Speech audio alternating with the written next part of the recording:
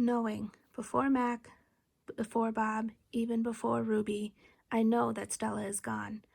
I know it the way you know the summer is over and winter is on its way. I just know. Stella once teased me that elephants are superior because they feel more joy and more grief than apes.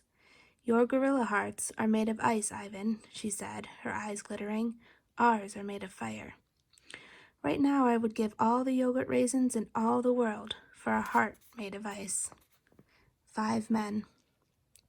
Bob heard from a rat, a reliable sort, that they tossed Stella's body into a garbage truck. It took 5 men and a forklift. Comfort.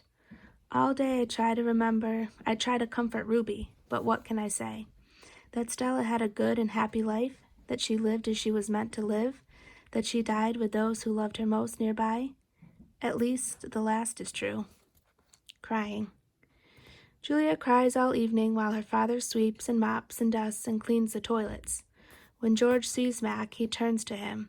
I can only hear a few of his words. Vet, should have, wrong. Mac shrugs, his shoulders droop. He leaves without a word. When George wipes the fingerprints off my glass, his cheeks are wet. He doesn't meet my eyes. The one and only Ivan. When all the humans have left, I send Bob to check on Ruby. How is she? I ask when he returns. She was shivering, Bob says. I tried to cover her with hay, and I told her not to worry, because you were going to save her. I glare at him. You told her that? You promised Stella. Bob lowers his head. I wanted to make the kid feel better. I shouldn't have made that promise, Bob. I just wanted... I point to Stella's domain, and for a moment it seems like I've forgotten how to breathe. I wanted to make Stella happy, I guess. But I can't save Ruby. I can't even save myself. I flop onto my back. The cement is always cold, but tonight it hurts. Bob leaps onto my belly. You are the one and only Ivan, he says, mighty silverback. He licks my chin, and he's not even checking for leftovers. Say it, Bob commands. I look away. Say it, Ivan. I don't answer, so Bob licks my nose until I can't stand it any longer. I am the one and only Ivan, I mutter. And don't you ever forget it, he says. When I gaze at the food court skylight, the moon Stella loved is shrouded in clouds. Once upon a time. All night, Ruby moans and sniffles. I pace my domain. I don't want to fall asleep in case she needs something. Ivan, Bob said gently, get some sleep, please, for your sake and for mine. Bob can't sleep unless he's on my stomach. I hear a stirring. Ivan, Ruby calls. I rush to my window. Ruby, are you all right? I miss Aunt Stella, Ruby sobs, and I miss my mom and my sisters and my aunts and my cousins, too. I know, I say, because it's all I can think of. Ruby sniffles. I can't sleep. Do you know any stories? The way Aunt Stella did? Not really, I admit. Stories were Stella's specialty. Tell me a story about when you were little, Ruby pleads. She put her trunk between the bars. Please, Ivan. I scratch the back of my head. I don't remember things, Ruby, I admit. It's true, Bob says, trying to be helpful. Ivan has a terrible memory. He's the opposite of an elephant. Ruby lets out a long, shivery breath. Oh, well, that's okay. Night, Ivan and Bob. I listen to Ruby's soft sobs for long, horrible minutes. Then I hear myself saying, once upon a time, there was a gorilla named Ivan. And slowly and deliberately, I try to remember. The grunt. I was born in a place humans call Central Africa, in a dense rainforest so beautiful, no crayons could ever do it justice. Gorillas don't name their newborns right away. The humans do. We get to know our babies first. We wait to see hints of what might yet be. When they saw how much she loved to chase me around the forest, my parents decided on my twin sister's name, Tag. Oh, how I loved to play tag with my sister. She was nimble, but when I got too close, she would leap onto the unsuspecting father. Then I would join her and we would bounce on the tolerant belly until he gave us the grunt, the rooting pig sound that meant enough. The game never got old, although my father might have disagreed. Mud. It didn't take long for my parents to find my name. All day long, every day, I made pictures. I drew on rocks and bark and my poor mother's back. I used the sap from leaves. I used the juice from fruit. But mostly, I used mud. And that is what they called me, Mud.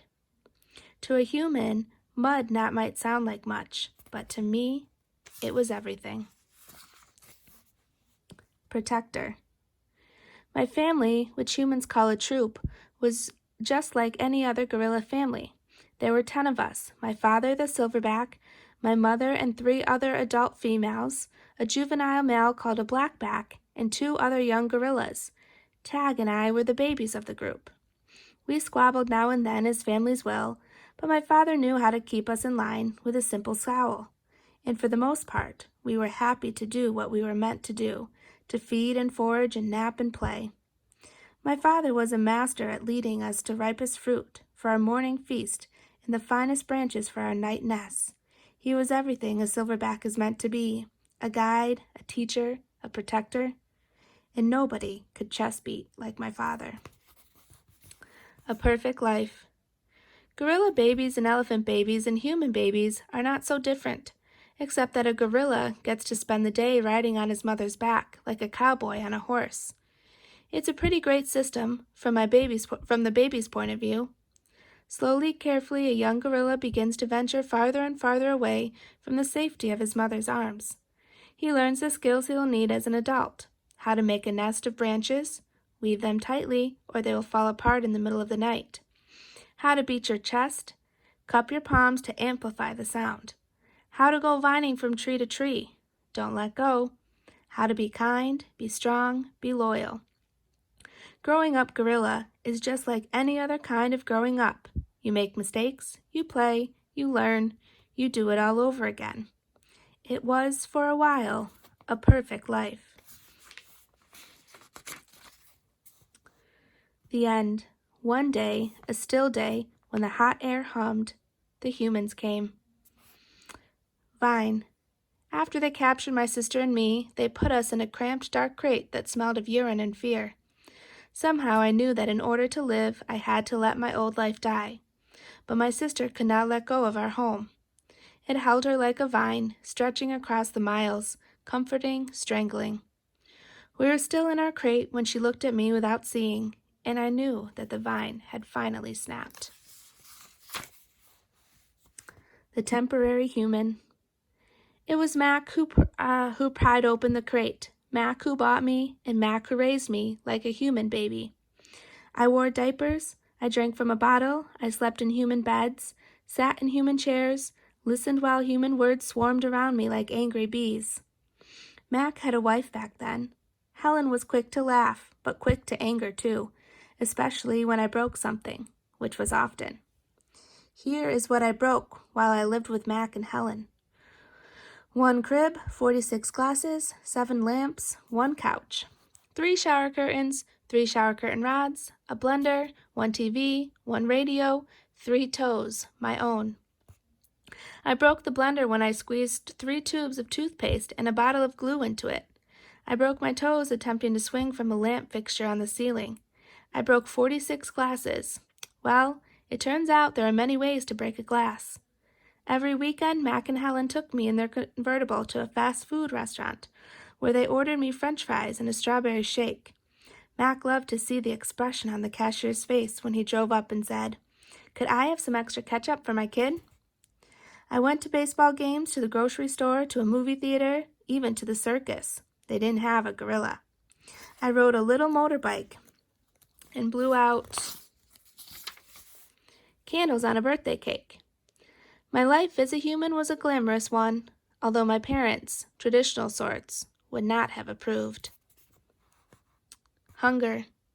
In my new life as a human, I was well tended. I ate lettuce leaves with Thousand Island dressing and caramel apples and popcorn with butter. My belly ballooned. But hunger, like food, comes in many shapes and colors. At night, lying alone in my poo pajamas, I felt hungry for the skilled touch of a grooming friend, for the cheerful grunts of play fight, for the easy safety of my nearby troop, foraging through shadows. Remember what happened to Tag, I told myself. Don't think about the jungle. Still, sometimes I lay awake, wishing for the warmth of another just like me, asleep in a night nest of tender prayer plant leaves. I liked having sips of soda poured into my mouth, like a bubbling waterfall, but every now and then I longed to search for a tender stalk of arrowroot, to feel the tease of a mango just out of reach. Still life. One day, Helen came home with something large and flat, wrapped in brown paper. "Look what I bought today," she said excitedly as she tore off the paper. "A painting to go over the living room couch." "Fruit? In a bowl?" Max said with a shrug. "Big deal." "This is fine art. It's called a still life," Helen explained, "and I think it's lovely." I dashed over to examine the painting, marveling at the colors and shapes. "See," said Max's wife, "Ivan likes it." "Ivan likes to roll up poop and throw it at squirrels," Max said. I couldn't take my eyes off the apples and bananas and grapes in the picture. They looked so real, so inviting, so edible. I reached out to touch a grape, and Helen slapped my hand. "Bad boy, Ivan. Don't touch." She jerked her thumb at Mac. "Honey, go get a hammer and a nail, would ya?"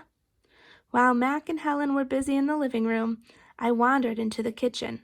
A cake covered with thick chocolate frosting sat on the counter. I like cake, love it in fact, but it wasn't eating I was thinking about.